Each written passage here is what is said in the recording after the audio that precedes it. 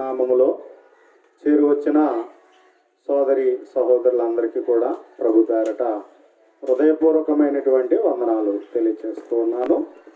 మనం అందరము దేవుని యొక్క సన్నిధానముగా వచ్చి ఉన్నాం. దేవునితో సహవాసాన్ని కలిగి ఉన్నాము కాబట్టి ఆయనను ఘనపరచవలసిన మహిమపరచవలసిన రీతిని మనము నడుచుకోవలసిన వారమై ఉన్నాం. కాబట్టి దయచేసి ప్రతి ఒక్కరూ సమయానుకూలంగా నడుచుకోవాల్సిందిగా ప్రేమతో మిమ్మల్ని బ్రతిమలాడుకుంటూ ఉన్నాను. ప్రియమైన వారులారా, దేవుని మాటలు వినులాగున మన మనస్సు హృదయము దేవుని సన్నిధానంలోనే కలిగి ఉందాం. మరి ఏ విధమైన ఆలోచన వచ్చినా, ఒకవేళ మన చుట్టుపక్కల ఏమి జరిగినా మనము మరి దేవుని ఆరాధించడానికి సమయాన్ని హెచ్చిచ్చి ఉన్నాం. కాబట్టి అందరూ కూడా అదే రీతిలో మరి దేవుని కొరకు సమయాన్ని కలిగి ఉండవలసిందిగా ప్రేమతో మిమ్మల్ని బ్రతిమలాడుకుంటూ ఉన్నాను. ప్రియమైన వారులారా, దేవుని యొక్క పరిశుద్ధ గ్రంథంలో కీర్తన గ్రంథం నుండి దేవుని యొక్క వాక్యం నుండి కీర్తన గ్రంథం నుండి వాక్యోపదేశం కలిగి ఉంటూ ఉన్నాం. 3వ కీర్తనను మనం పరిశీలిద్దామండి. 3వ కీర్తనను మనం చూసినట్లయితే, దేవుడే నాకు రక్షణాధారము అనేటువంటిది దీని టైటిల్. దేవుడే నాకు రక్షణాధారం. కాబట్టి 3వ కీర్తనలో ఏ సందర్భంలో రాయబడింది అనడానికి ఇక్కడ మనకి కొన్ని స్మాల్ లెటర్స్ ఉన్నాయి. 3వ అధ్యాయంలో కీర్తన పైన స్మాల్ లెటర్స్ ఉన్నాయి. ఏంటంటే, అబ్షాలోమును తన కుమారుని ఎదుట నుండి పారిపోయినప్పుడు దావీదు రచించిన కీర్తన. అబ్షాలోము తన కుమారి ఎదుట నుండి పారిపోయినప్పుడు దావీదు రచించిన కీర్తన. ప్రియమైనటువంటి దేవుని వారులారా, ఇక్కడ జరిగినటువంటి విషయాలు జాగ్రత్తగా మనం పరిశీలించగలిగితే, అబ్షాలోము తన కుమారుడు, దావీదు కుమారుడు. అతడు తండ్రిని తరుముతున్నాడు, దావీదుకు శత్రువు అయ్యాడు. అతను నుండి పారిపోతున్నప్పుడు రచించినటువంటి కీర్తన. దీని వెనుక ఉన్న విషయాలు మనం ఆలోచన చేస్తే, ఇదేంటండి కుమారుడు తండ్రిని తరమడం ఏంటి అనేటువంటి విషయాన్ని మనం చూస్తే, మనము సమూయేలు గ్రంథం 2వ గ్రంథం చదవాలి. ఇంటికి దగ్గర చదివితే విషయాలన్నీ అర్థమవుతాయి. కాబట్టి ఏం జరిగింది అనేటువంటి విషయాన్ని మనం 12వ అధ్యాయం నుండి మనం చూడగలిగినప్పుడు, 12వ అధ్యాయం నుండి మనం చూస్తే, 12వ అధ్యాయంలో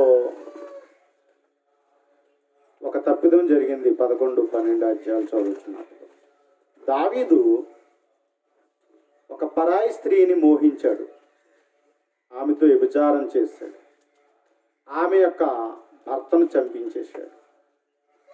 కాబట్టి ఆ విధంగా తను వ్యభిచారం చేశాడు. అలా వ్యభిచారం చేసిన కారణాన్ని బట్టి, అతడు ఆడిన అబద్ధాన్ని బట్టి, మోసాన్ని బట్టి, చేసిన పాపాన్ని బట్టి దేవుడు అడుగుతున్నప్పుడు అతడు బొంకిన వాడిగానే ఉన్నాడు, కప్పుకున్నాడు, పాపాన్ని కప్పుకున్నాడు. అటువంటి పరిస్థితులలో దేవుడు ప్రవక్త ద్వారా తెలియజేశాడు. ఏం చేశాడు? ఒక అతని భార్యను తను మోహించాడు, ఆమెతో విచారించాడు, తన భర్తను చంపించేశాడు. నిందను కప్పుకోవాలనేటువంటి ప్రయత్నం చేశాడు. తెలివిగా వ్యవహరించానని తను అనుకున్నాడు. అలాంటి పరిస్థితులలో దేవుడు చెప్పాడు, తను చేసినటువంటి తప్పిదానికి తన కుటుంబము శాపగ్రస్తమైంది. తను చేసిన తప్పిదానికి కుటుంబం ఏమైపోయిందంటే శాపగ్రస్తమైంది. తప్పు చాలా తీయగా ఉంటుందండి, కానీ దాని యొక్క ఫలం చేదు. పాపము చేయడానికి చాలా తీయగా ఉంటుంది, దాని ఫలము చూస్తే చాలా చేదుగా ఉంటుంది. పాపము చాలా సంతోషంగా ఉంటుంది, ఆనందంగా ఉంటుంది, కానీ దాని ముగింపు దుఃఖకరంగా ఉంటుంది, శాపగ్రస్తంగా ఉంటుంది. అందుకని ప్రియమైన వారులారా, దేవుడు మన మంచి కోరి చెప్తున్నాడు.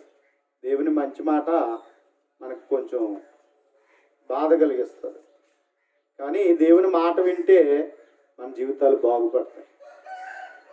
కాబట్టి అందుకని దేవుడు చెప్పిన ప్రతి మాట మంచిదే.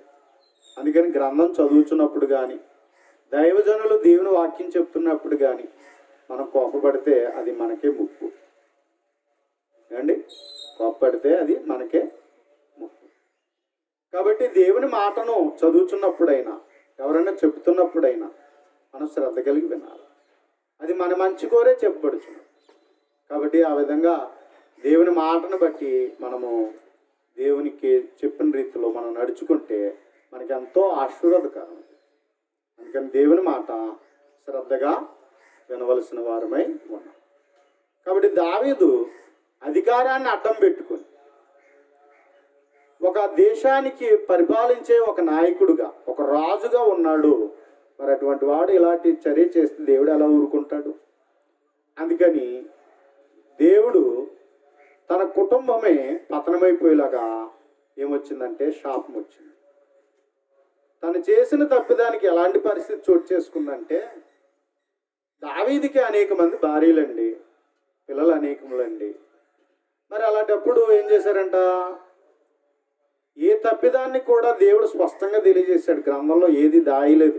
ఇదేంటంటే గ్రంథంలో ఎలా రాయబడిందంటే, తప్పును తప్పుగా చెప్పాడు దేవుడు. ఆ తప్పు వల్ల వచ్చే నష్టం ఎంత ప్రమాదకరంగా ఉంటుందో, పాపం వల్ల వచ్చే ఫలితం ఎంత భయంకరంగా ఉంటుందనేది కూడా రాయించాడు. కానీ దీన్ని కొంతమంది బైబిల్లో తప్పులు ఉన్నాయి, బూతులు ఉన్నాయంటూ ఈరోజు మాట్లాడడం చాలా బాధాకరం. ఎందుకంటే తప్పేంటో తెలిస్తేనే కదా, చేసిన తప్పిదము ఎంత భయంకరంగా ఉంటుందో అర్థమవుతేనే కదా మళ్ళీ దాని జోలికి వెళ్ళాం. పిల్లోడు పాగితే వెళ్ళి నిప్పును పట్టుకుంటాడు, కాలుతుంది, మళ్ళీ ఇంకోసారి వెళ్తాడా? తెలియని చేపు ఏం చేస్తాడు, దాన్ని వెళ్ళి పట్టుకుంటాను, ఎర్రగా ఉంది వెళ్ళి పట్టుకుంటాను అంటాడు. కానీ ఒక్కసారి దాన్ని గాయపడిన తర్వాత మళ్ళీ దాని జోలికి వెళ్ళడు. కనుక ప్రియమైనటువంటి దేవుని వారలారా, అలాగే దేవుడు గతంలో జరిగిన దృష్టాంతములుగా ఉన్న సంగతులన్నీ మనకు స్పష్టం చేశాడు. ఇలా ఉండకూడదు, మనం ఇలా నడుచుకోకూడదు అని దేవుడు ప్రతి విషయాన్ని దేవుడు ఏం చేశాడంటే రాయించాడు. మరి రాసిన మాటలను బూతులుగా తీసుకుంటే ఎలా అండి? పాపాన్ని పాపంగా చెప్పి దాన్ని దేవుడు ఖండిస్తున్నాడు. ఎందుకంటే మనకు జ్ఞానం కలగాలి కదా, బుద్ధి కలగాలి కదా. అందుకని దావీదు చేసినటువంటి తప్పిదాన్ని రాయించాడు దేవుడు, రహస్యంగా ఉంచలే. ఒకవేళ అలా చేసి మరుగు పెట్టేసేసి దేవుడేమి ఇలాగా ఆయన చేసేటువంటి వాడు కాదు. ఏదైనా వెలుగులోకి తెచ్చేవాడే. తీర్పు తీర్చడంలో దేవుడు చాలా స్పష్టంగా ఉంటాడనే విషయాన్ని మనకు అర్థం కావాలి. అందుకని దేవుడు దావీదు చేసిన తప్పిదాన్ని భక్తిపరుడిగా అతన్ని ఎదురు కప్పి పెట్టేసేసి మాయ చేయలేదు, కానీ ఆయన ఉన్నది ఉన్నట్టుగా తెలియచేశాడు. కానీ తప్పు చేస్తే ఎంత భయంకరమైన శిక్ష ఉంటుందని కూడా విషయాన్ని దేవుడు తెలియచేశాడు. ప్రియమైన వాళ్ళ కారణం చేత జరిగినటువంటి విషయాన్ని మనం ఆలోచన చేస్తే, పెద్దవాడు దావీదు తర్వాత రాజు కావలసినటువంటి వాడు తను ఏం చేశాడు అన్నట్లయితే, ఈ అబ్షాలోము అందగాడు, తన సోదరి కూడా సౌందర్యవతి. తన అందాన్ని చూసి తను ఏం చేశాడంటే తన సోదరిని పాడు చేశాడు. సొంత సోదరి అంటే భార్యలు వేరు. కానీ అది చాలా దారుణమైన విషయం. అందుకే చదవండి అని చెప్తున్నాను. సమూయేలు 2వ గ్రంథం చదివితే 11వ అధ్యాయం నుంచి చదివితే విషయాలు తెలుస్తాయి. కాబట్టి వెంటనే దేవుడు ఏం చేశాడు, మరి చెప్పాడు కదా, మరి జరిగింది. ఇలా జరిగిన తర్వాత జరిగిన పరిస్థితి ఏంటంటే, అన్నకి చెప్పిందే ఇదిగో ఎలా చేశాడు అని. వెంటనే అబ్షాలోము కోపగించి ఏం చేశాడంటే తన అన్నను చంపేశాడు, అక్కడ పారిపోయాడు. అటువంటి విషయంలో తను ఏం చేశాడంటే తండ్రికి విరోధైపోయాడు. చివరికి కన్న కొడుకే ఎవరికి విరోధైపోయాడంటే దావీదుకు విరోధైపోయాడు. ఆ కారణంగా తను ఏం చేశాడు అన్నట్లయితే దేశాన్ని తన వైపుకు, అంటే ఉన్న నాయకులను తన వైపుకు లాగేసుకున్నాడు. ఎప్పుడైతే ఇలా జరిగిందో తన మీదకి యుద్ధం రేగాడు. అలాంటి సమయంలో దావీదు పారిపోయాడు అనమాట. ఎందుకంటే గట్టిగా పోరాడదాం అంటే ఎవరో కన్న కొడుకే. ఇటు మాట్లాడినటువంటి పరిస్థితి. కాబట్టి ఇటువంటి పరిస్థితులు కుటుంబంలో సంభవించాయి. ప్రియమైనటువంటి దేవుని వారలారా, ఒక్కొక్కసారి మన జీవితంలో మనము దేవుని మాటను పెడచెవి పెట్టి, దేవుని మాటను మనం వినకుండా మన ఇష్టారాజ్యముగా మనం ఏదో చేసుకుంటూ పోతుంటే దేవుడు ఎలా ఊరుకుంటాడు? మనం చేసిన క్రియలను బట్టి దేవుడు ఏమిచ్చేవాడు? ప్రతిఫలము ఇచ్చేవాడు. కాబట్టి అందుకని ఏం చేశాడు అన్నట్లయితే, చేసిన తప్పిదాన్ని బట్టి చివరికి కుటుంబమే తనకు శత్రుత్వం అయిపోయింది. కాబట్టి ఇలా తనను దేవుడు ఏమైతే చెప్పాడో మరి చేసిన దాన్ని ఊరుకోడుగా. మనం అనుకుంటా ఉంటాం మన కింద ఉన్నవాడే కదా, వీడేం చేస్తాడో, వీడు బలహీనుడు కదా అని చెప్పేసి అమాయకత్వాన్ని బట్టి బలహీనతను బట్టి మన కింద ఉన్నాడని చెప్పేసి మనం ఏం చేస్తామంట, ఆడుకుంటాం మనం కదా. మనుషులు ఇలా ఆవరిస్తూ ఉంటారు. కానీ దేవుడు ఊరుకుంటాడా? దేవుడు ఊరుకుంటాడండి? ఊరుకోడు. అందుకే దేవుడు చెప్తున్నాడు, మనుషుడు ఏమి విత్తునో అదే పంట కోయ, ఏం విత్తితే అదే పంట కోస్తాడు. కాబట్టి ప్రియమైనటువంటి దేవుని వారలారా, అందుకని మన జీవితంలో చాలా జాగ్రత్తగా ఉండాలి. దేవుని మాట జాగ్రత్త వినాలి. ఏదో ఇక్కడ వినేసేసి కాలక్షేపంగా వెళ్ళిపోయే మాటలు కాదు ఇవి. దేవుని మాటలు జాగ్రత్తగా చదవాలి, జాగ్రత్తగా మనసు పెట్టాలి, హృదయంలో దాచుకోవాలి. ఆయన చెప్తుంది మనకు మంచికే. ఆ బైబిల్ ఎలా చెప్తూ ఉంటాడు, దేవుడు ఎలా చెప్తూ ఉంటాడు, పాస్టర్ గారు ఎలా చెప్తూ ఉంటాడు, బోధకుడు ఎలా చెప్తూ ఉంటాడని ఏదో తేలిగ్గా తీసుకుని పోతే ప్రియమైన వారలారా, అదే మాట నిన్ను తీర్పులోకి తీసుకువెళ్తాడు. నువ్వు ఎందుకు వినలేదని, ఎందుకు నడుచుకోలేదని దేవుడు నిన్ను ఏం చేస్తాడంటే తీర్పులోనికి తీసుకుని వస్తాడు. ఈరోజు ఏదో వాళ్ళు బ్రతుకు తెరువు కోసం వాళ్ళు ఏదో వేసుకున్నారో, లేకపోతే వాళ్ళది అనుకునే రీతిలో ఈరోజు చాలామంది ఆలోచించేవారుగా ఉన్నారు. కానీ దేవుని మాట దేవుని మాటే. కాబట్టి అది సత్యమైనటువంటి దేవుని మాట. ఆ మాటను మనము విని విడిచిపెట్టేవారం కాకుండా, విని మనల్ని మోసం చేసుకునే వారం కాకుండా, దేవుని వాక్యం ఏం చెప్తుందో దాని ప్రకారం మనము ఏం చేయాలా? నడుచుకోవాలి. పౌలు గారు అంటాడు, ఒక మాట చెప్తూ ఉంటాడు. చూడండి, కొరింథీయులకు రాసినటువంటి మొదటి పత్రికలో, కొరింథీయులకు రాసిన మొదటి పత్రిక 6వ అధ్యాయం, కొరింథీయులకు రాసినటువంటి మొదటి పత్రిక 6వ అధ్యాయం, కొరింథీయులకు రాసినటువంటి మొదటి పత్రిక 6వ అధ్యాయం 12వ వచనం మనం చూద్దాం. అన్నిటి యందు నాకు స్వాతంత్ర్యము కలదు గాని అన్నీ చేయదగినవి కావు. అన్నిటి యందు నాకు స్వాతంత్ర్యము కలదు గాని నేను దేని చేత లోపరచుకొనబడనొల్లను. అన్నిటి యందు నాకు స్వతంత్రం కలదు కానీ అన్నీ చేయదగినవి కావు. ఎవరు ఏమైనా చేస్తే ఎవరేంటి, మన ఇష్టం కదా, మన ఇష్టారాజ్యం కదా, ఎవరిష్టం వాళ్ళది కదా. స్వతంత్రంగా ఎవరైనా ఏదైనా చేయొచ్చు, కానీ అన్నీ చేయదగినవి కావు. అన్నిటి యందు నాకు స్వతంత్రత కలదు కానీ నేను దేని చేత లోపరచుకొనబడనొల్లను అని చెప్తున్నాడు. ఎవరిష్టం వాళ్ళదండి, కాదంటలే. కానీ దేవుడు పెట్టిన హద్దులు ఉన్నాయిగా, ఆ హద్దుల్లో ఉండాలిగా, హద్దుని మించకూడదు కదా. కాబట్టి మన జీవితంలో మనం చేయవలసింది అన్నిటి యందు నాకు స్వతంత్రత కలదు. ఏదైనా చేయొచ్చు, తాగొచ్చు, నోటితో ఏదైనా మాట్లాడచ్చు, ఏదైనా తాగొచ్చు, చేతులతో ఏమన్నా చేయొచ్చు, శరీరంతో ఏమన్నా చేయొచ్చు, ఏమన్నా చూడొచ్చు, ఏమన్నా చేయొచ్చు. మనకేముందంటే స్వతంత్రత ఉంది, మన ఇష్టం మీద కాదంటలేదు. కానీ అన్నిటికి లోపరచుకొనబడని అల్లం. ఎందుకు అంటే మనము దేవుని కుమారులం, దేవుని పిల్లలం. ఏదైనా చేయొచ్చు మనం, కానీ ఎవరి హద్దుల్లో ఉండాలి? దేవుని యొక్క హద్దులలో ఉండాలి, దేవుని అధికారం క్రింద ఉండాలి. మనం ఏమనుకుంటామంటే నా ఇంట్లో నా అధికారం చెల్లుబాటు అవ్వాలనుకుంటే వాళ్ళు ఉన్నారు, నా ఇష్టం అనేటువంటి వాళ్ళు ఉన్నారు. కానీ ఇంట్లో ఎవరి అధికారం ఉండాలి? దేవుని అధికారం ఉండాలి. సంఘం నాది, నా ఇష్టం అనుకోవచ్చు, కానీ సంఘం ఎవరి సొత్తు? దాని మీద అధికారం ఎవరిది? దేవునిది. దేవుని సొత్తు, దేవుని యొక్క అధికారం. దానికి లోబడి మనం జీవించాలి తప్ప ఇష్టారాజ్యంగా మనం వ్యవహరించడానికి వీలు లేదు. కనుక ప్రియమైనటువంటి దేవుని వారలారా, పౌలు గారు అంటున్నాడు, అన్నిటి యందు నాకు స్వాతంత్రత కలదు కానీ అన్నీ చేయదగినవి కావు. కనుక ప్రియమైన వారలారా, అయితే దేవుడు పెట్టిన హద్దులో ఉండాలి. హద్దులు మీరితే ప్రియమైన వారులారా చాలా నష్టాలు ఉంటాయి, చాలా కష్టాలు ఉంటాయి. ఆ తర్వాత నాకెందుకు ఇలా జరిగింది అనకూడదు. మళ్ళీ ఇది ఒకటి మాట సులభంగా వచ్చేద్ది. హద్దులు లేకుండా మనం ఏమో చేసేస్తాం, ఆ తర్వాత మళ్ళీ నాకెందుకు ఇలా జరిగింది అంటాం. మళ్ళా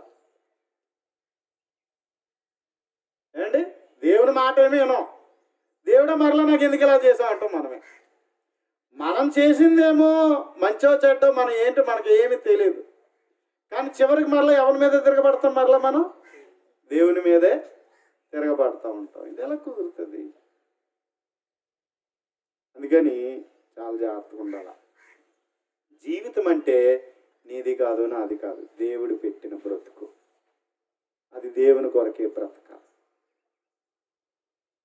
దేవుడు చెప్పింది అంత మంచిదే, మంచిగానే మనకు చెప్పాడు. ఆ మంచిని మనం ఎప్పుడు కూడా ఆలోచించాలి, ఆ మంచిగానే మనం ఎప్పుడు బ్రతకాలి. కానీ దావీదు నాకు అధికారం ఉంది, నేను ఏది చేసినా చెల్లుబాటు అవుతుంది అనుకున్నాడు. చెల్లుబాటు అవుద్ది? మన మీద ఎవరు అధికారి?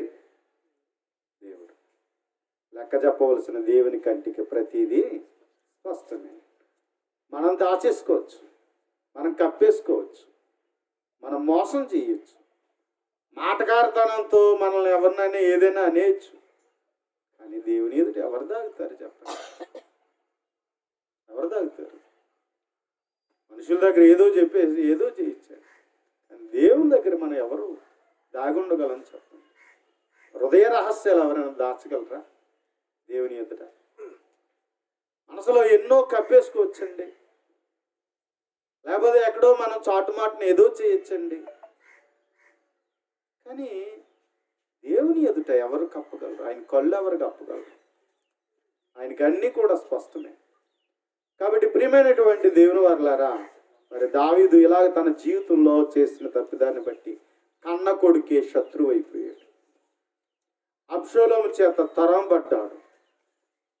కాబట్టి జీవితంలో కష్టాలు వచ్చినప్పుడు మనం చాలా వరకు మనం ఏం చేస్తామంటే, దేవుడు నాకు ఎందుకు ఇలా చేశాడు, ఇంకా నా బతుకింతే, నా జీవితం ఇంతే అని చెప్పేసి మనం ఏం చేస్తామంటే దేవుని విడిచిపెట్టేసి మన మార్గాల్లోకి వెళ్ళిపోతూ ఉంటాం. ఎక్కువ శాతం లోక మార్గాల్లోకి వెళ్ళిపోతూ ఉంటాం. చాలామంది చేసే తప్పిదాలు అవే. మనిషి తెలుసో తెలియకో ఏం చేస్తాడో తప్పిదాలు చేస్తాడు. కానీ దానికి పరిష్కారం ఎవరు? సొల్యూషన్ ఎవరు? దేవుడే.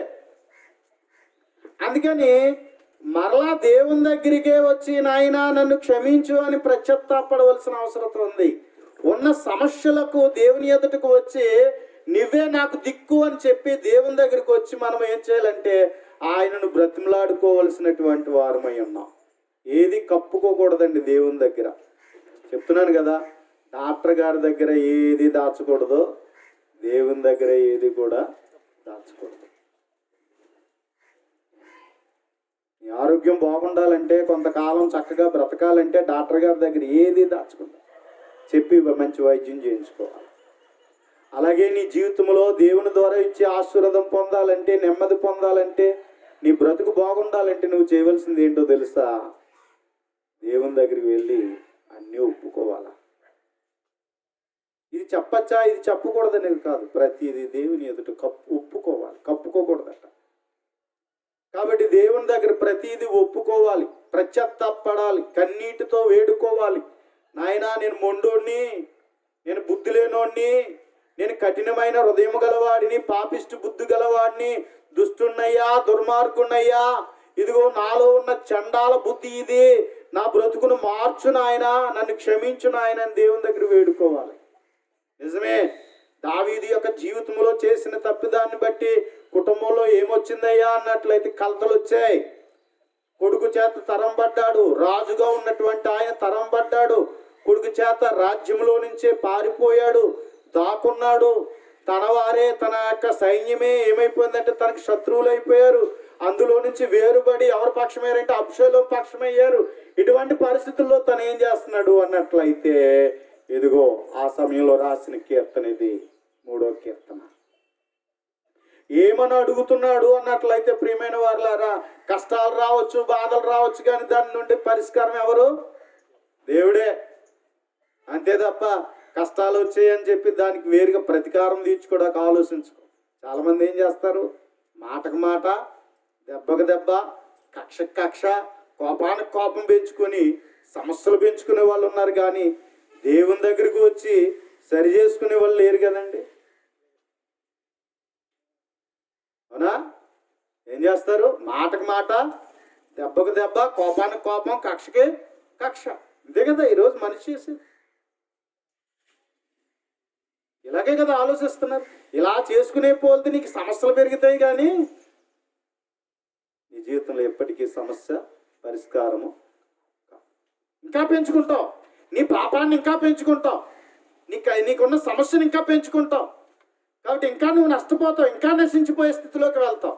కాబట్టి మన జీవితంలో శరీర ప్రకారంగా మనకేదో పౌరుషం ఉందని, కోపం ఉన్నదని, మనం ఏదో ఇష్టారాజ్యంగా స్వతంత్రతను కలిగి మనం ఏదో సాధించాలనుకుంటే ఉన్నదంతా పాడు చేసుకున్న వాళ్ళం అవుతాం, అన్ని విధాలుగా నష్టపోయిన వాళ్ళం అవుతాం. కానీ ఒకటి మనం చేయాలి, దేవుని దగ్గరికి రావాలి. దేవుని దగ్గరికి వచ్చి దేవుని ఇష్టతను మనం నెరవేర్చే స్థితిలో మన జీవితాలు ఉండాలి. కనుక ప్రియమైన వారులారా, తగ్గితేనే దేవుడు హెచ్చిస్తాడే తప్ప హెచ్చించుకుంటే మాత్రం దేవుడు ఏది కూడా చేయడు. ఒక స్తోత్రం చెప్తున్నాడు యేసుక్రీస్తు ప్రభు, తను తాను హెచ్చించుకున్నవాడు తగ్గించబడతాడు, తను తాను తగ్గించుకున్నవాడు హెచ్చించబడతాడు. ఇది నీ జీవితంలో హెచ్చించబడాలనుకుంటున్నావా, నువ్వు తగ్గు అని చెప్తున్నాడు దేవుడు. నువ్వు తగ్గితేనే హెచ్చించబడతావు, అంతే తప్ప నువ్వు ఎంతగా హెచ్చించుకుంటావో నువ్వు అంతగా ఏం చేయబడతావు, తగ్గించబడతావు. దేవుడు చెప్పిన సూత్రం అది. గర్వం ఉన్న చోట నాశనమే ఉంటుంది, అది అక్కడికే నడిపిస్తుంది. కానీ వినయంగా ఉంటావా, నిన్ను ఘనతకు తీసుకువెళ్తావు. కాబట్టి అందుకని దేవుని దగ్గర తగ్గు, నువ్వు దేవుని దగ్గర తగ్గు. ఆయన సన్నిధికి వచ్చి నీలో ఉన్న నీ ఇష్టం ఎలాగున్నా, నీ ఏదున్నా సరే, ఏది అడ్డం వస్తుందో దాన్ని అంతటిని దేవుని దగ్గరికి వచ్చి ఒప్పుకో, కప్పుకోకు.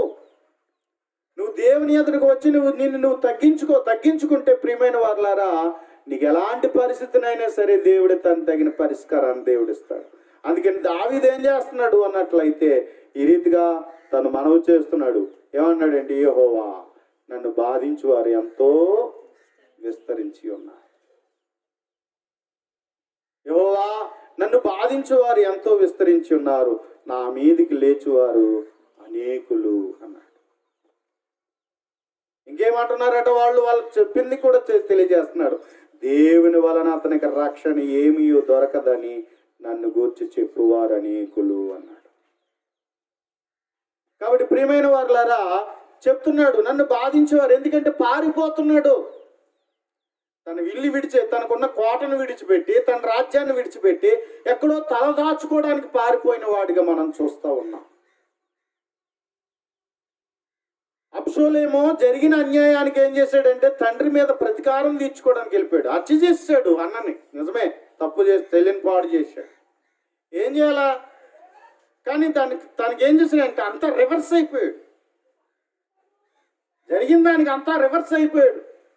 అంతా రివర్స్ అయిపోయి ఏం చేశాడంటే ఇంకా తండ్రి మీద ప్రతీకారం తీర్చుకునే స్థితికి వెళ్ళిపోయాడు. కనుక ప్రియమైన వారులారా, ప్రతి మనిషి జీవితంలో తప్పులు చేస్తారు, కానీ ఆ తప్పుకు వేరుగా మనం చేయడానికి వీలు లేదండి, నడుచుకోవడానికి వీలు. అంటే ఆ తప్పును ఆధారం చేసుకుని ఏం చేయకూడదు, దాన్ని ఇంకా రెట్టింపు చేసేసుకోకూడదు. నిజమే, మన జీవితంలో మన బ్రతుకులో మనం ఏం చేస్తాము అన్నట్లయితే తెలుసో తెలియక ఏం చేస్తాం, మనం కొన్ని బలహీనతల వల్ల, ఇంట్లో సమస్యల వల్ల, ఏదో సమస్యల వల్ల ఏమైపోతూ ఉంటాం, ఒక్కొక్కసారి రాంగ్ స్టెప్ వేస్తూ ఉంటాం. ఏమంటా ఉంటారు, తొందరపాటులో చేసేసాను బ్రదర్, మనశ్శాంతి లేక ఇంకా అలా చేసేసాను బ్రదర్. అవునా? ఎందుకు ఇలా చేసేసావు అంటే భార్య మీద కోపం మీదో, పిల్లల మీద కోపం మీదో, ఏంటి తల్లిదండ్రుల మీద కోపం మీదో, అన్నదమ్ముల మీద కోపం మీదో, ఆఫీసులో ఉన్న సమస్యలతో కోపంతోనో మనసు బాగోలేకట ఏం చేస్తారట, రాంగ్ స్టెప్స్ వేస్తూ ఉంటారు. ఆ టైంలో మనసు అలా అనిపించేసిందండి, ఆ టైంలో అలా తోచేసిందండి, అందుకని నేను ఎలా చేస్తానండి అంటూ ఉంటాను. కాబట్టి ఇలాగున పరిస్థితులు మనము గమనించగలుగుతూ ఉన్నాం.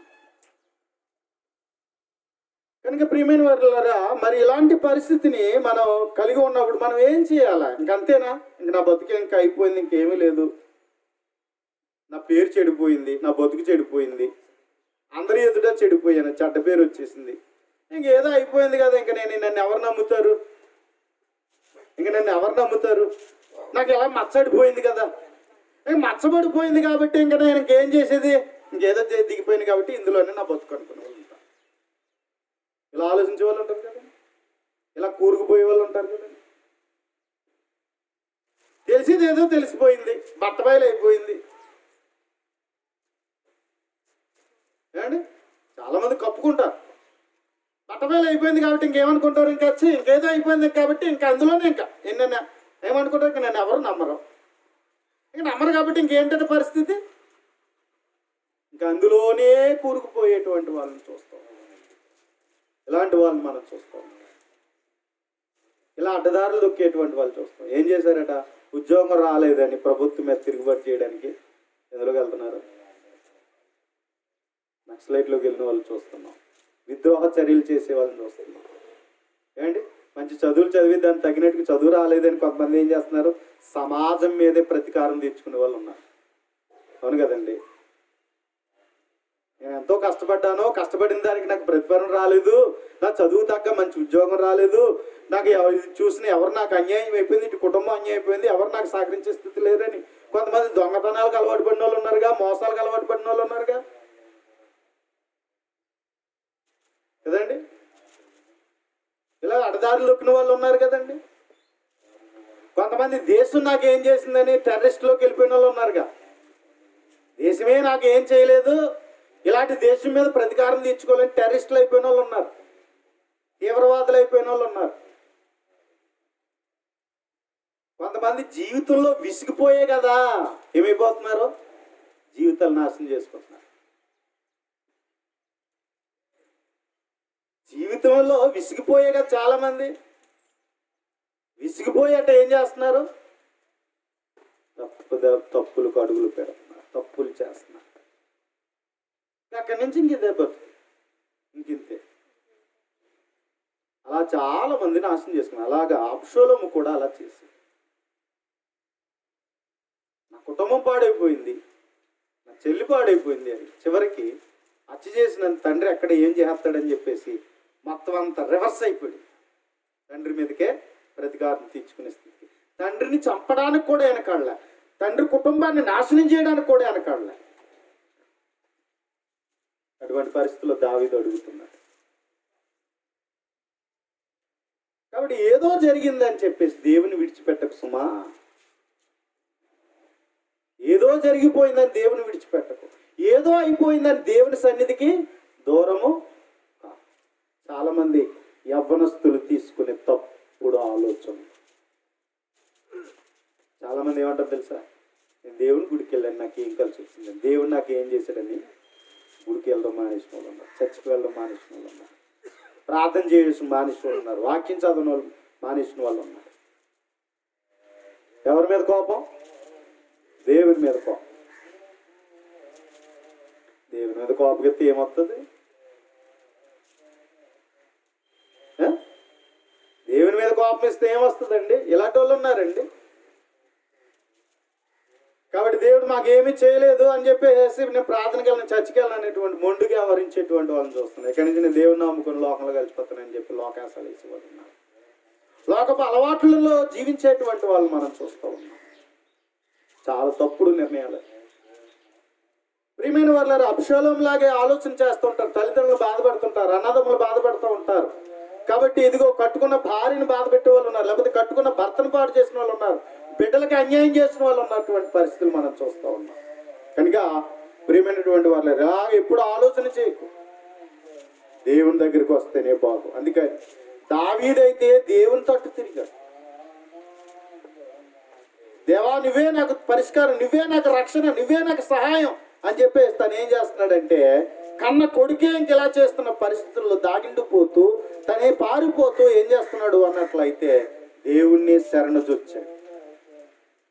కానీ ఏమంటున్నారట వెనకాల, ఇదిగో ఎంతో మంది విస్తరించి ఉన్నారు అని చెప్తున్నాడు. అంటే పెరిగారు, దావీదుని చంపాలని, దావీదుకి అన్యాయం చేయాలని. నా మీద లేచువారు అనేకులు అంటున్నాడు. ఇక్కడ 2వ వచనం చూస్తే దేవుని వలన అతనికి రక్షణ ఏమీ దొరకదని నన్ను గురించి చెప్పువారు అనేకులు. అయిపోయింది దావీదు పని. దావీదు కష్టం. కన్న కొడుకే రివర్స్ అయిపోతే, కన్న కొడుకే తిరగబడిపోతే, కన్న బిడ్డే తరమే పరిస్థితికి వస్తే ఇంకేముంటది అనుకున్నారట, అందరూ అనుకున్నారట. కానీ దావీదు ఏమంటున్నాడో తెలుసా 3వ వచనంలో, యెహోవా నీవే నాకు కేడెముగాను, నీవే నాకు అత్యాస్పదముగాను, నా తలెత్తువాడుగాను ఉన్నావు. నిజమే, మన జీవితంలో ఎదురు దెబ్బలు, ఎన్నో దెబ్బలు తగులుతూ ఉండొచ్చు. ఎదురు దెబ్బలు ఎన్నో తగులుతూ ఉండొచ్చు. కానీ వాటిని తట్టుకోవడానికి ఏముండాలో తెలుసా? దేవుడే మనకు కేడెముగా ఉన్నాడు. కేడెమంటే ఒక డాలు కంటే పెద్దది. డాలు కంటే అంటే ఇక్కడి నుంచి శరీరము కాళ్ళ నుంచి నెత్తి వరకు కాపుదల అనమాట. పెద్దది ఉంటుంది డాల్ అని. కేడెం అంటారు దాన్ని, కేడెం. అది ఎంతటి బలమైన ఆయుధాలనైనా సరే ఏం చేస్తుంది అంటే ప్రొటెక్షన్ ఇస్తుంది. ఒక గాయం కూడా తగలదు. ఏవైతే ఆయుధాలు శత్రు వేస్తూ ఉంటాడో అవన్నీ దేని తగిలితాయి? కేడని తగిలితాయి. అంటే దేవుడు మనకు కూడా అలాగే కప్పేవాడుగా ఉన్నాడు అని అర్థం. కేడు. అందుకని మనకు సహాయకుడు ఎవరంటే, మనల్ని కాపాడేవాడు ఎవడంటే దేవుడు అక్కడే తప్ప మరి ఎవరు లేదు. అందుకని అందుకంటాడు మనుష్యులను నమ్ముకొనుట కంటే యెహోవాను ఆశ్రయించుట లేదు. అందుకని మనం ఏం చేయాలన్నట్లయితే మనుషులు కాదు నమ్ముకోవాల్సింది. ఎవరిని నమ్ముకోవాలా? దేవుణ్ణి నమ్ముకోవాలి. ఆయనను కేడముగా చూసుకోవాలి. అంటే ఏదైనా బాధ వచ్చింది అనుకోండి, ఏదైనా కష్టం వచ్చింది అనుకోండి, ఏదైనా సమస్య వచ్చింది అనుకోండి, ఎవరి దగ్గరికి వచ్చాలి? మనం దేవుని దగ్గరికి వచ్చాలి. అడగాల దేవుణ్ణి, ఆయన నా కుటుంబంలో నా సమస్య ఇది, నా జీవితంలో నా సమస్య ఇది, నేను ఎదుర్కొంటున్న సమస్య ఇది, నాయన నలిగిపోతున్నాను తండ్రి, బాధపడిపోతున్నానయ్యా, ఆయన్ని ఆదుకునేవాడు నువ్వే అని చెప్పేసి ఏం చేయాలంటే మొర్ర పెట్టాలి. దేవుడు నాకు ఏదొచ్చినా నువ్వే నాకు తను కాస్తావు అని దేవుణ్ణి ఏం చేయాలంటే ఆయన మీద ఆధారపడి సొల్యూషన్ కొరకు దేవుని దగ్గరికి రావాలంటే.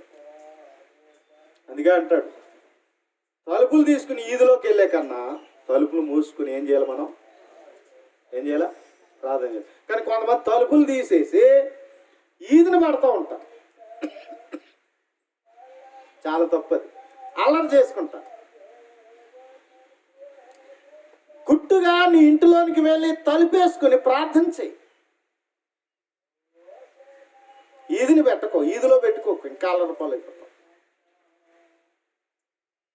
ఇంట్లో తలుపులు వేసుకుని నీ గోడ ఏది ఉందో, నీ బాధ ఏది ఉందో ఎవరితో చెప్పాలి? మనుషులతో కాదు, దేవునితో చెప్పు. ఇది అలవాటు చేసుకొని జీవితంలో దావీదు నుండి మనం నేర్చుకోవాల్సిన పాఠం. కాబట్టి ప్రియమైన వారులారా, అందుకని ఏమన్నాడు అన్నట్లయితే నీవే నాకు కేడం. ఎస్, ఆయన ఏది వచ్చినా, ఏ సమస్య వచ్చినా ఆయన అడ్డుకునేవాడు. ఆయన అయితే మనలో ఏముండాలి?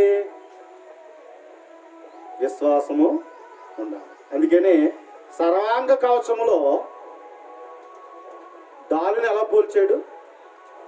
విశ్వాసంతో పోల్చాడు. సర్వసాధారణంగా చెక్కతో కానీ లోహంతో కానీ తయారు చేయబడుతుందట. కానీ అది ఎలా ఉండకూడదు? అల్పంగా ఉండకూడదు. అల్పంగా ఉంటే త్వరగా అది ఇరిగిపోయి ఏమవుతుంది? మనకి గాయాలు అవుతాయి. మరి అది ఎలా ఉండాలి? గట్టిగా ఉండాలి. ఎంత గట్టిగా ఉంటే అంత బలమైన ఆయుధం కూడా ఏమైపోద్ది? మనకి గాయం తగలకుండా అడ్డుకుంటాం. అదే అల్పమైంది అనుకోండి, అది పాడైపోయి మనకేమవుతుంది? గాయాలు తగలడానికి అవకాశం. అంటే దేవుడు నిన్ను కప్పాలంటే, దేవుడు నీకు వచ్చే సమస్యలన్నింటిలో నుండి నిన్ను కప్పాలంటే, ఆయన నీకు కేడుముగా ఉండాలంటే నువ్వు చేయవలసింది ఏంటో తెలుసా? నీకు అంతగా దృఢమైన విశ్వాసం ఉండాలి, స్థిరమైన విశ్వాసం ఉండాలి. నీ విశ్వాసం అల్పమైంది అయితే దేవుని వద్ద నుండి ఏమీ రాదు. కానీ నీకు స్థిరమైన విశ్వాసం కావాలి, బలమైన విశ్వాసం కావాలి, దృఢమైన విశ్వాసం. ఎంత దృఢంగా ఎంత స్థిరముగా నీ విశ్వాసం ఉన్నప్పుడు అంతగా ఎన్ని సమస్యలు వచ్చినా, ఎన్ని శోధనలు వచ్చినా, ఎన్ని శ్రమలు వచ్చినా, ఎన్ని నిందలు వచ్చినా, వచ్చినా దేవుడు నీకు అడ్డుగా నిలబడతాడు. వాటన్నిటిలో నుండి దేవుడు నిన్ను కాపాడుతాడు. అందుకని నువ్వు చేయవలసింది ఏంటి అన్నట్లయితే నువ్వు ఆయన కేడుముగా కలిగి ఉండాలి. కేడుముగా కలిగి ఉంటే ఏమన్నాడు? ఇంకా దావీదేమన్నాడు? నీవే నాకు అత్యాస్పదముగా నా తలెత్తువాడుగాను ఉన్నావు. ఎస్, అవును, నీవే నాకు అత్యాస్పదం. అతిశయించడానికి ఎవరేంది అతిశయించాలండి? చాలా మంది నా బలం ఉందని అతిశయించే వాళ్ళు ఉన్నారు, నా పేరుందని అతిశయించే వాళ్ళు ఉన్నారు, నాకు డబ్బు ఉందని అతిశయించే వాళ్ళు ఉన్నారు, నాకు ఆస్తులు ఉన్నాయని అతిశయించే వాళ్ళు ఉన్నారు, నాకు అందం ఉందని అతిశయించే వాళ్ళు ఉన్నారు. ఏమండి, నాకు మనుషులు ఉన్నారు అని అతిశయించే వాళ్ళు ఉన్నారు, నాకు జ్ఞానం ఉన్నదని అతిశయించే వాళ్ళు ఉన్నారు. కాబట్టి ఇలా లోకంలో ఉన్న వాటిని బట్టి అతిశయంగా ఉన్నటువంటి వాళ్ళు ఉన్నారు.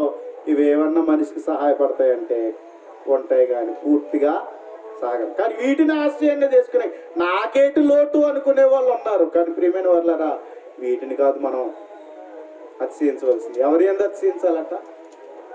దేవుని అందే అతిశయించాలి. అత్యాస్పదం, ఆయనే నన్ను అత్యాస్పదముగా చేసేవాడు. అందుకని మన జీవితంలో మనం చేయవలసింది ఏంటంటే ప్రియమైన వాళ్ళరా, ఆయన మనం అత్యాస్పదంగా చేసుకోవాలి. ఆయనను బట్టే, ఏదైనా దేవుని బట్టే అన్నట్లుగా ప్రతి విషయంలో ఆయన బట్టి, అంతే తప్ప వీటిని చూడకం. లోకంలో ఏమున్నాయి అవన్నీ వట్టివి. ఏవి నిన్ను పూర్తిగా ఆదుకో, ఏవి పూర్తిగా నిన్ను నిలబెట్టో. నిన్ను నిలబెట్టేవాడు దేవుడు ఒక్కడే, నీ తలెత్తివాడు దేవుడు ఒక్కడే, నిన్ను సిగ్గుపడకుండా నీ తలెత్తివాడు దేవుడు ఒక్కడే. అందుకని ప్రతి విషయంలో మనం చేయవలసింది ఏంటంటే అట్లయితే ప్రియమైన వారులారా, ఇదిగో నా తలెత్తివాడు దేవుడు అని చెప్పి ప్రతి విషయంలో మనం ఆయన మీద ఏం చేయాలా? ఆధారపడాలి. ఇంకేమంటున్నాడు?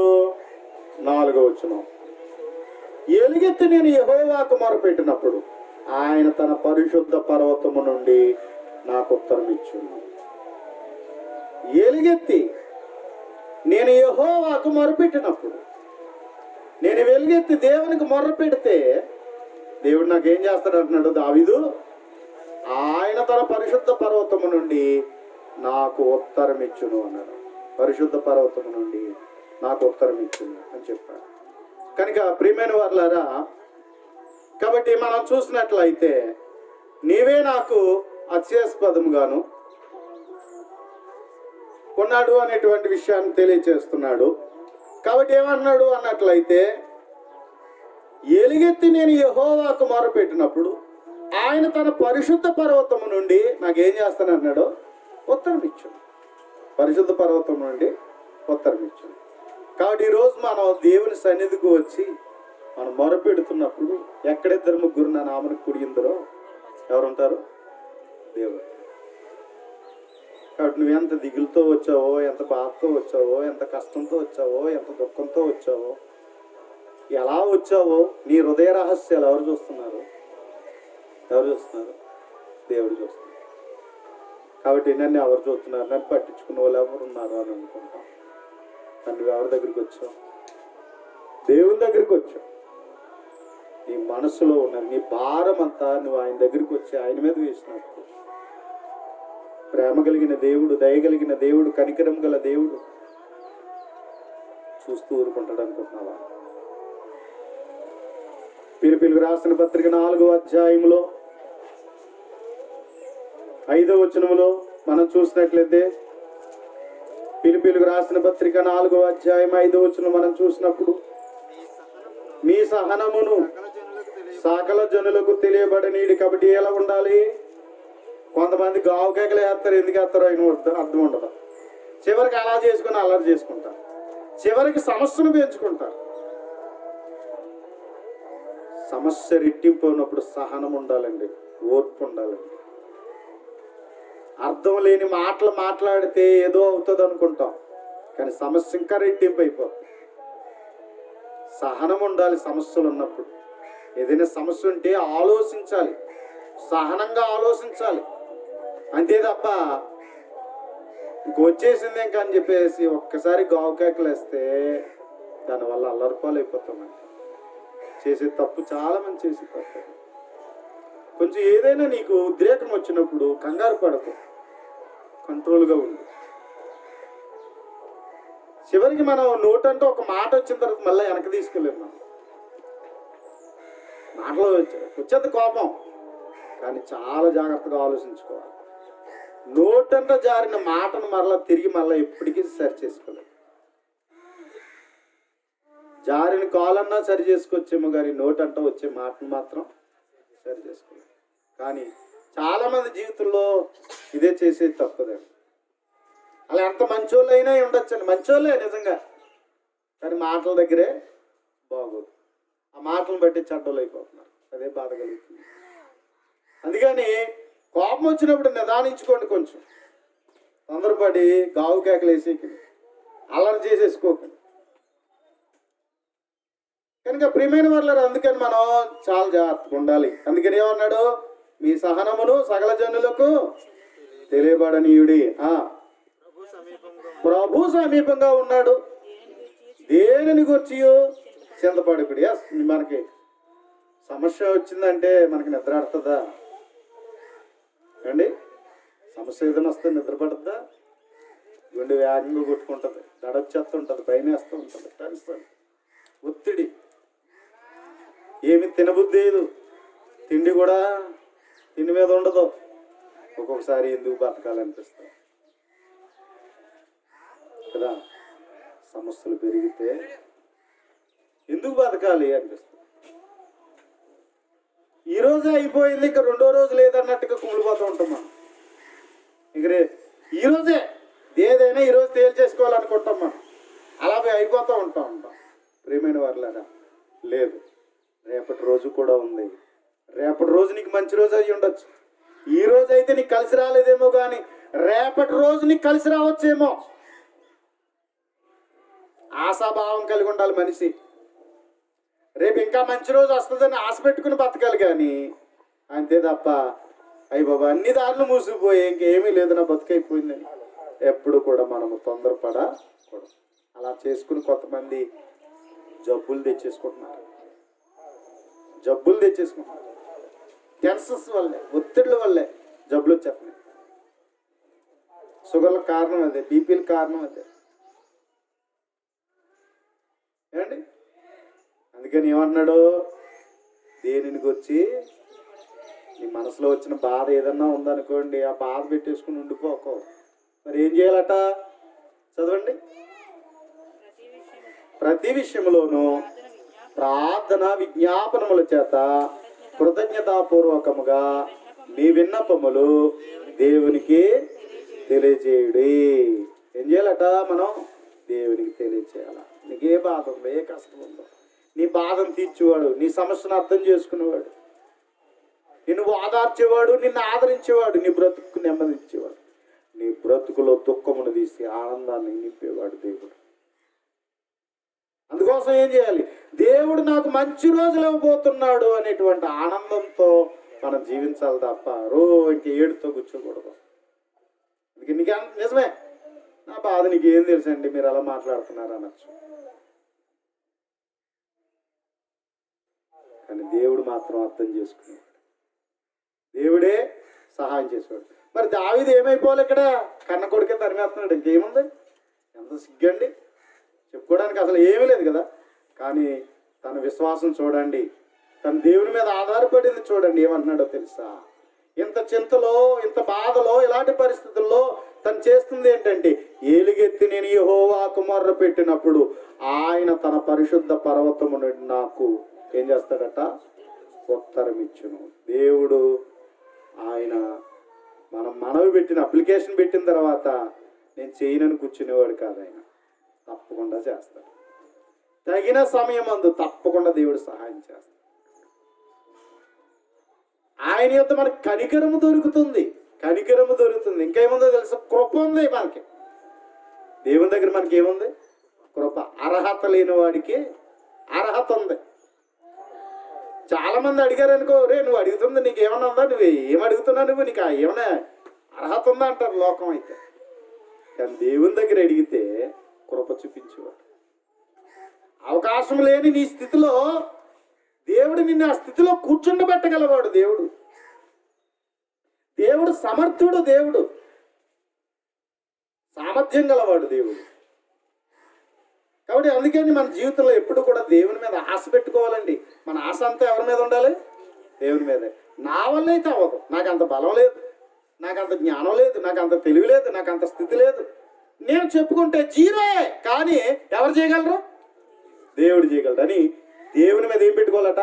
ఆశ పెట్టుకోవాలి, నమ్మకం పెట్టుకోవాలి, కాన్ఫిడెన్స్ ఉండాలి, భయం ఉండకూడదు. దేవుని దగ్గర మన భారమంతా తీసుకొచ్చి ఎవరి మీద పెట్టాలి? దేవుని మీద పెట్టాలి. అది ఎంతటిదైనా సరే. దావీదు ఎంత కుమిలిపోయాడు, ఏ స్థితిలో ఉన్నాడు, కానీ అంటున్నాడు, ఏలుగెత్తి నేను యెహోవాకు మొర్ర పెట్టినప్పుడు ఆయన తన పరిశుద్ధ పర్వతము నుండి నాకు ఉత్తరం ఇచ్చును అని చెప్పాడు. ఎస్, ఆయన దగ్గర జవాబు ఉంది. నీ సమస్యకు జవాబు ఉంది. నీకున్న ఏ సమస్య అయితే ఉందో ఆ సమస్యకు ఆయన దగ్గర జవాబు ఉంది. ఖచ్చితంగా ఆయన జవాబిస్తాడు. అడుగుడి ఈబడును, తట్టుడి తీబడును, వెదకుడి దొరకబడును అన్నాడు. తండ్రి తన బిడ్డ ఒకవేళ రొట్టెని అడిగితే రాత్రినిస్తాడు, ఇవ్వడు కదా. ఒకవేళ చేపను అడిగితే పామునివ్వడు కదా. కాబట్టి మీ తండ్రులు ఒకవేళ చెడ్డవారైండి మీ పిల్లలకు మంచి జీవులు తెలిసినప్పుడు దేవుడు ఎంతో మంచివాడు కదా. అంత మంచివాడైనటువంటి దేవుడు నువ్వు అడిగింది ఎందుకు ఇవ్వడు? తప్పకుండా ఇస్తాడు. ఏం చేయాలి? మనం అడగాలి. ఎలా అడగాలి? విసుగక ప్రార్థన, పట్టుదలతో ప్రార్థన చేయి, ఎడతెగక ప్రార్థన చెయ్యి. నువ్వు చేస్తూనే ఉండు ప్రార్థన. ఒకరోజు నీకు సొల్యూషన్ ఉంది, ఒకరోజు నీ సమస్యకు పరిష్కారం ఉంది. తప్పకుండా దేవుడు సమస్యకు పరిష్కారం ఇస్తాడు. ఆయన ఏం చేయాలో ఆయనకి తెలుసు. ఆయన చేతిలో పెట్టే నీ భారం అంతా ఆయన మీదే. నీ సమస్య నీదేదుందో అదంతా ఆయన చేతికి అప్పగించు, తప్పకుండా చేస్తాడు. అయితే పెట్టేసి మర్చిపోక ప్రార్థన మట్టుకు చెయ్యి. అడుగుతూనే ఉండు, జ్ఞాపం చేస్తూనే ఉండు. దేవుని అడుగు. తగిన సమయం ముందు దేవుడు ఏం చేస్తాడు? హెచ్చిస్తాడు. ఆయన చేయగల సమర్థుడు, సర్వశక్తిమంతుడు, నీకు మేలుగానే చేయగలవాడు. ఏది చేసినా నీ మేలు కొరకే చేశాడు. ఏంటి నేను ఎలా అడిగాను ఎలా చేశాడు ఏంటి దేవుడు అనుకోకు. నీకు ఏది చేసినా మంచిగానే దేవుడు చేశాడు. అది మట్టి గుర్తుపెట్టుకో.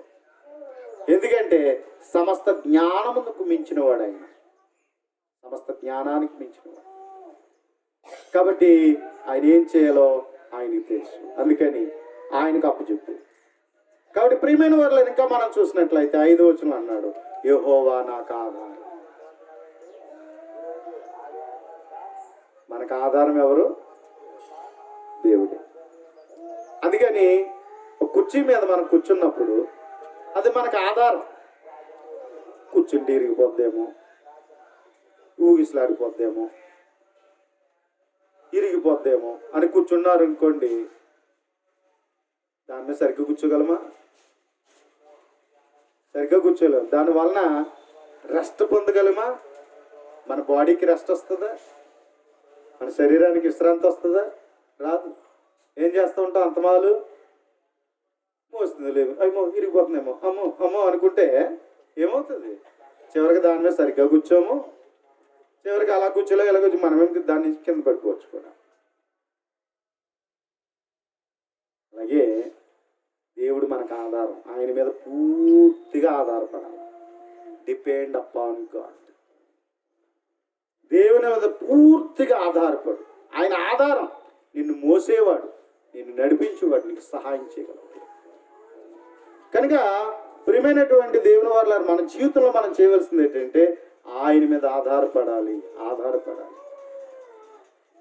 ఆధారపడినప్పుడు దేవుడే దానికి తగినటువంటి పరిష్కరిస్తాడు. అందుకని ఏమన్నాడు, కావున నేను పండుకొని నిద్రపోయి మేలుకొందును. ఒకరి మీద భారం వేసిన తర్వాత చేయగలరనే నమ్మకం ఉంటే మనకి ఏమవుతుంది? హ్యాపీగా పడుకుంటాం, సుఖంగా నిద్రపోతాం కదా, సుఖంగా నిద్రపోతాం. అలాగే నువ్వు కూడా ప్రార్థన చేసినప్పుడు దేవుడి మీద భారం వేశాను, దేవుడు నాకు ఆధారంగా ఉన్నాడు అని అనుకుంటే కూడా నువ్వు కూడా ధైర్యంగా ఉండి ఏం చేస్తావు? హాయిగా పడుకుంటావు.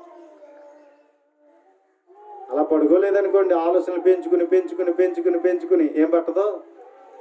నిద్ర పట్టదు. చాలామంది ఏమన్నారు, నిద్ర పడతలేదండి. ఎందుకు నిద్ర పడతలేదు? తొలిచేస్తున్నాయి. అవునా? ఏం చేస్తున్నాయి? తొలిచేస్తున్నాయి. నీకున్న సమస్యలు ఏం చేస్తున్నాయి? నిన్ను తొలిచేస్తున్నాయి.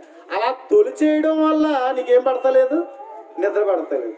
అలా నిద్ర పట్టకపోవడం వల్ల, సుఖం అనేది నిద్ర పొందకపోవడం వల్ల వ్యాధి నిరోధక శక్తి తగ్గిపోయేట నీ శరీరం ఏమైపోతుందో తెలుసా?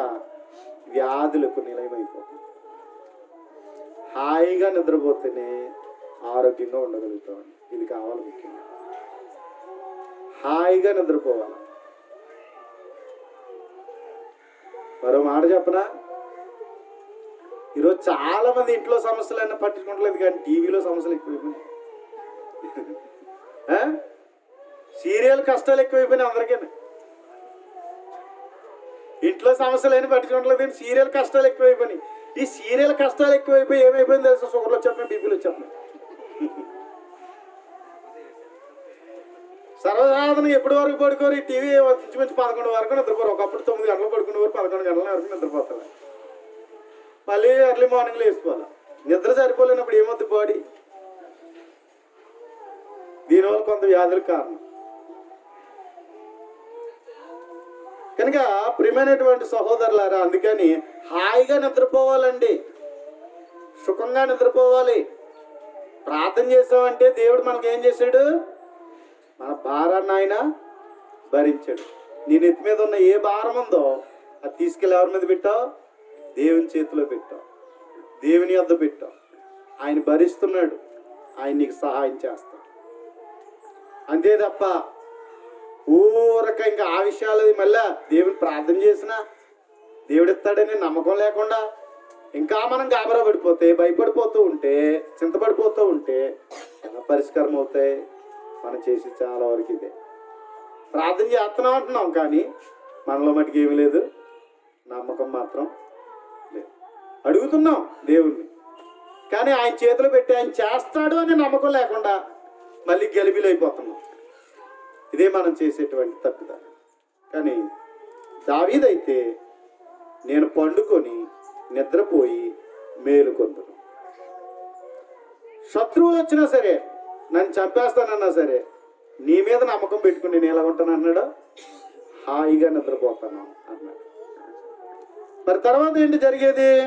5వ వచనం, 10,000 మంది దండెత్తి నా మీదకు వచ్చి మోహరించినను నేను భయపడను. కాబట్టి నీ జీవితంలో నా జీవితంలో కలిగి ఉండవలసింది ఇదే. ఇన్ని సమస్యలు ఉన్నాయి కదా, నువ్వు ఎలా ఉంటున్నావు అంటే, ప్రియమైన వారులారా, దానికి ఆధారము దేవుడే. నేను ఆయన నమ్ముకున్నాను. ఏమని? అన్నిటిగా ఆయనే ఉన్నాడు, ఆయనే సర్దుబాటు చేస్తాడు. లేదనుకోండి, ఇంకా అలాగే టెన్షన్ పడిపోతూ ఉంటే ఏముంటుంది? చివరికి లేనిపోయిన సమస్యలని ఇంకా ఇంకో సమస్య పెంచుకుంటాను తప్ప నా సమస్యకి పరిష్కారాలు దొరకవు. అందుకని ఎన్ని సమస్యలున్నా సరే ఒకటే, మనం దేవుడే ఆధారం. మరి నీకు వెనకాల ఏముందని నువ్వు ఇంతలా ధైర్యంగా ఉన్నావు? నా వెనుక దేవుడు ఉన్నాడు. ఇదే మనం కలిగి ఉండవలసిన ధైర్యం. కనుక ప్రియమైన వారులారా, సమస్య నుండి పరిష్కరించగల మార్గం దేవుడు ఇస్తూనే ఉంటాడండి. ఎప్పుడు కూడా సొల్యూషన్ ఇస్తూ ఉంటాడు, ఆలోచన ఇస్తూ ఉంటాడు. ఆ సమస్యను క్లియర్ చేసుకోవాలి కానీ పెంచుకోకూడదు. క్లియర్ చేసుకోవాలి కానీ పెంచుకోకూడదు. కొంతమంది ఏం చేస్తూ ఉంటారంటే ఒక సమస్యను పరిష్కరించుకోకుండా ఇంకో సమస్యలకు దూరిపోతూ ఉంటారు. అలాంటప్పుడు అవి రెట్టింపు అయిపోయి మనకి ఇబ్బందులు కలుగుతాయి. ఎప్పుడు అది ఉండకూడదు. దేవుడు సమస్య వచ్చినప్పుడు దాన్ని పరిష్కరించుకున్నప్పుడు తేలిక చేసుకోవాలి మనం, అంతే తప్ప మనం వాటిని రెట్టింపు చేసుకోకూడదు. కాన్ఫిడెన్స్ ఉండాలి కానీ అధిక కాన్ఫిడెన్స్ ఉండకూడదు. అంతే కదా, కాన్ఫిడెన్స్ ఉండాలి కానీ ఓవర్ కాన్ఫిడెన్స్ ఉండకూడదు. అది దెబ్బేస్తుంది. ఏదైనా హద్దుల్లో ఉండాలి. ఆశకు అంత ఉండాలి. ఆశకు అంత ఉండాలి. దురాశ ఉండకూడదు. ఆశకి ఎప్పుడు కూడా అంత ఉండాలి. కంట్రోల్లో ఉండాలి. మనం కంట్రోల్ తప్పామనుకోండి, వెహికల్ అయినా సరే ఎంతవరకు కంట్రోల్లో వెళ్ళాలి. 70లో 80లో వెళ్ళి 100లోకి వెళ్ళి మన దేవుడా అంటే అది ఎలా కుదురుతుంది? ఎలాగెళ్ళాలి? మినిమం 40-50లోకి వెళ్ళి కంట్రోల్లో మనం కంట్రోల్ చేయగలిగే స్థితిలోకి వెళ్ళి దేవుడా అంటే సహాయం వస్తుంది.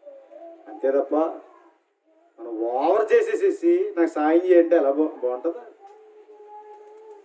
ఏమండి, బాగుంటుందా? కాబట్టి అలా చేయకూడదు. దేనికైనా లిమిట్ ఉంటుంది, కంట్రోల్ ఉంటుంది.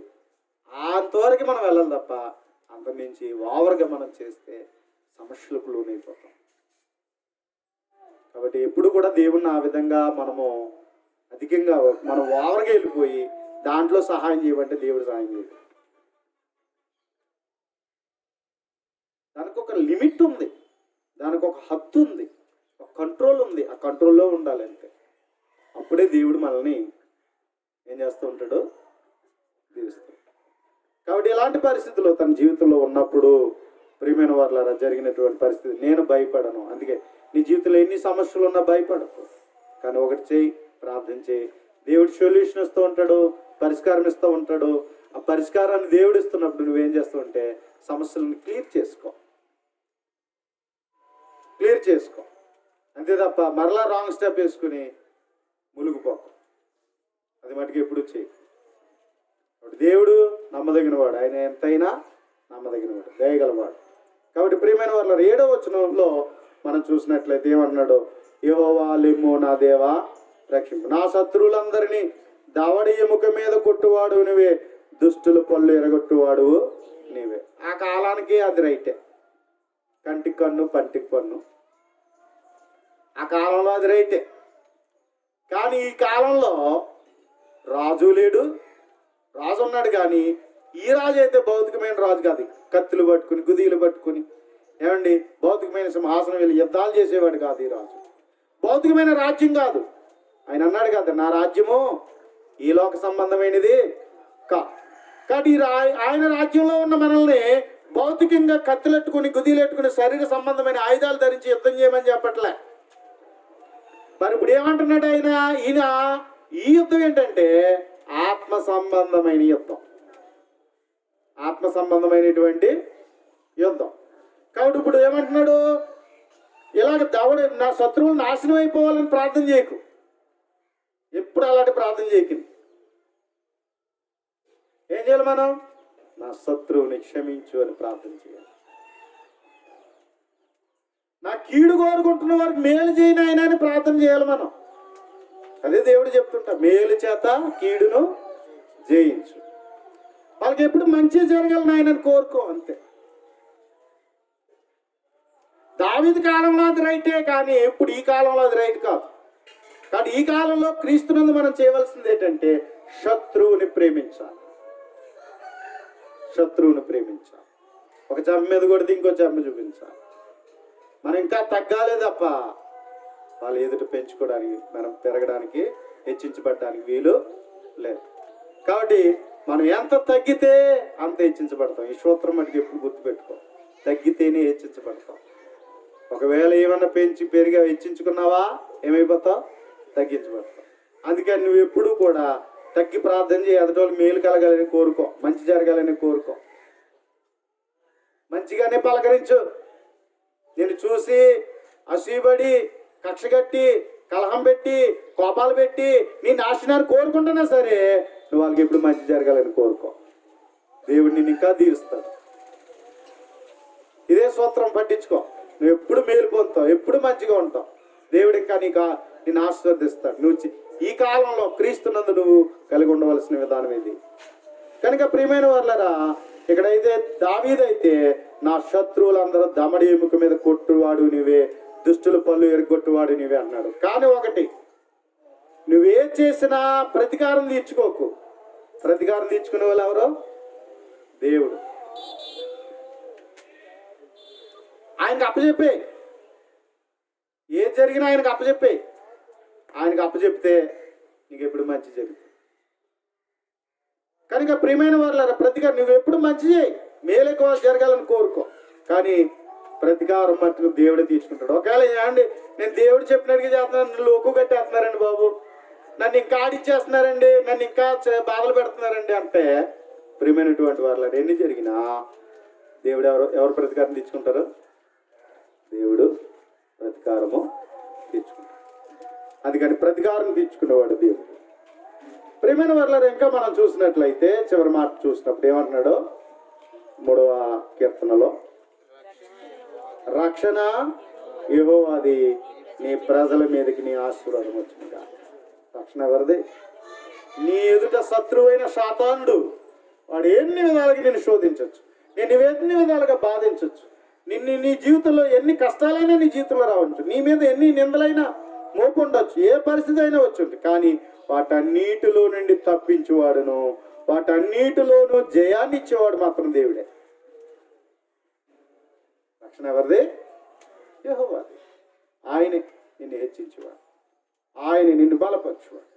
ప్రొటెక్షన్ ఆయనే. అందుకే ఆయన విషయంలో, ఆయన రక్షణ అనుగ్రహించే రక్షణ విషయంలో ఎప్పుడు కూడా ఆయనతోనే ఉండాలి. నువ్వు లోకంలో నుండి నువ్వు ఎక్కడికి వచ్చావో తెలుసా? ఈ లోకంలో కొట్టుకుపోయే స్థితిలో ఉన్నావు, నువ్వు కొట్టుకుపోతున్నావు. కానీ దేవుడు నిన్ను ఆ కొట్టుకుపోయే ఈ లోకంలోంచి క్రీస్తు అనే బండ మీద నిన్ను నిలిపాడు. ఆ బండ మీద నువ్వు జాగ్రత్తగా అలాగే ఉండు. క్రీస్తుని ఆశ్రయం చేసుకుని ఉన్నట్లయితే, అలా దేవుని ఆశ్రయించున్నట్లయితే దేవుడు నీ జీవితంలో ఎప్పుడు ఆయన రక్షణగా ఉండేటువంటి వాడు. కానీ మరలా జారిపోయి అందులో పడిపోయావా, ఇంకా అయిపోయింది, ఇంకేం లేదు, కొట్టుకుని పోవడమే. అందుకే నువ్వు ఎక్కడ ఉండాలి? ఎప్పుడుని క్రీస్తు పునాది మీద నువ్వేం చేయబడాలా? నిలుచుండాలి. కాబట్టి లోకంలో నుండి క్రీస్తు అనే పునాది మీద నిన్ను నిలిపాడు, ఆ బండ మీద నిలిపాడు. నువ్వు ఆయనలో నిలబడేటట్లుగా చూసుకో. అప్పుడు ఏ పరిస్థితులు ఉన్నా, ఎలాంటి పరిస్థితి ఉన్నా సరే నువ్వు భయపడవలసిన పరిస్థితి లేదు. అందుకని తన ప్రజల మీదకి ఏమొస్తుంది? ఆశీర్వాదం. దేవుని ప్రజలుగా ఉన్న వారికి ఎప్పుడు కూడా ఏమొస్తాయి? ఆశీర్వాదం. అందుకే దావీదు దేవుడిని ఆధారం చేసుకున్నాడు, దేవుడి మీదే ఆధారపడ్డాడు. అలా ఆధారపడినటువంటి దావీదు యొక్క జీవితంలో ప్రియమైనటువంటి దేవుని వారలారా, దేవుడు ఏం చేశాడో తెలుసా? తన ఆశీర్వాదకరంగానే చేశాడు. నిజమే, దావీదు జీవితంలో తప్పిదాలు ఉన్నాయి, కానీ దిద్దుకున్నాడు, దేవుని మీదే ఆధారపడ్డాడు. అందుకే తన జీవితం మరలా బాగుపడదు. అలాగే నీ జీవితంలో నీకుండే బలహీనతల వల్ల, నీకుండే పరిస్థితుల వల్ల నువ్వేదైనా ఒకవేళ దారి తప్పిపోయి ఉంటే మరలా దేవుని దగ్గరికి రా, దేవుని ఆశ్రయంగా చేసుకో, దేవుని మీద ఆధారపడు. అలా నువ్వు ఆధారపడినప్పుడు దేవుడు మాత్రం తన ప్రజల మీద ఏం కలుగు చేస్తాడు? ఆశీర్వాదము వస్తుంది. దేవుడు నిన్ను ఆశీర్వదిస్తాడు, అందరిని ఆశీర్వదిస్తాడు. ఈ లోకంలో ఉన్న ఆశీర్వాదాల కంటే గొప్ప ఆశీర్వాదం పరలోకంలో ఉన్న ఆశీర్వాదాలు అయిపోతున్నాయి. ఇవి కొంతకాలం ఉండేవే, ఇవి తాత్కాలిక ఉండేవే. వీటి కోసం నువ్వు ఆవేశపడిపోయి ఇవే కావాలనుకుని దేవుని విషయంలో దేవుని చిత్తానికి వ్యతిరేకంగా ఉండకు. కాబట్టి వీటన్నిటికంటే గొప్పది ఏదంటే పరలోకం. కాబట్టి ప్రియమైన వారులారా, దేవుడు మనకి ఇవ్వబోతున్నాడు. అందుకని ఇంకా మనం ఆశీర్వదించాలి. అవి ఇచ్చేసాడు దేవుడు నీకు. ఈ లోకంలో ఉండేవి ఇచ్చేవి కొంతకాలమే. కాబట్టి వాటన్నిటికీ దేవుడు పరిష్కారం ఇస్తాడు. కాబట్టి కృంగిపోకు, వెనుదీయకు, నమ్మకంగా ఉంది. కనుక ప్రియమైన వారులారా, రక్షణ ఎవరిది? మనకు ఆధారం ఎవరు? దేవుడే అనేటువంటి కీర్తన 3వ కీర్తనలో చెప్పబడుచున్నది. కాబట్టి ప్రియమైన వారులారా, మరి దావీదైతే ఆ విధంగా దేవునికి ఎలుగెత్తి మొర్రపెట్టి ప్రతి విషయంలో ఆయన మీద ఆధారపడి తను ఏం చేసుకున్నాడు అంటే ఆశీర్వాదకరంగా తన జీవితాన్ని చేసుకున్నాడు.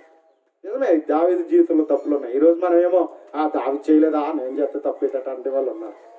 ఏమండి, తప్పులు చూసుకుని తప్పులు బ్రతుకుని ఎంచుకోకు. మంచిని చూసి మంచిగా బ్రతకడానికి ఆలోచించు. దేవుడు చెప్పే మంచిని ఎప్పుడు కూడా నిలబెట్టుకో, అది నీకు ఆశీర్వాదకరం. కాబట్టి అలా ఉండగలని కోరుచు శ్రద్ధగా మీ అందరికి కూడా హృదయపూర్వక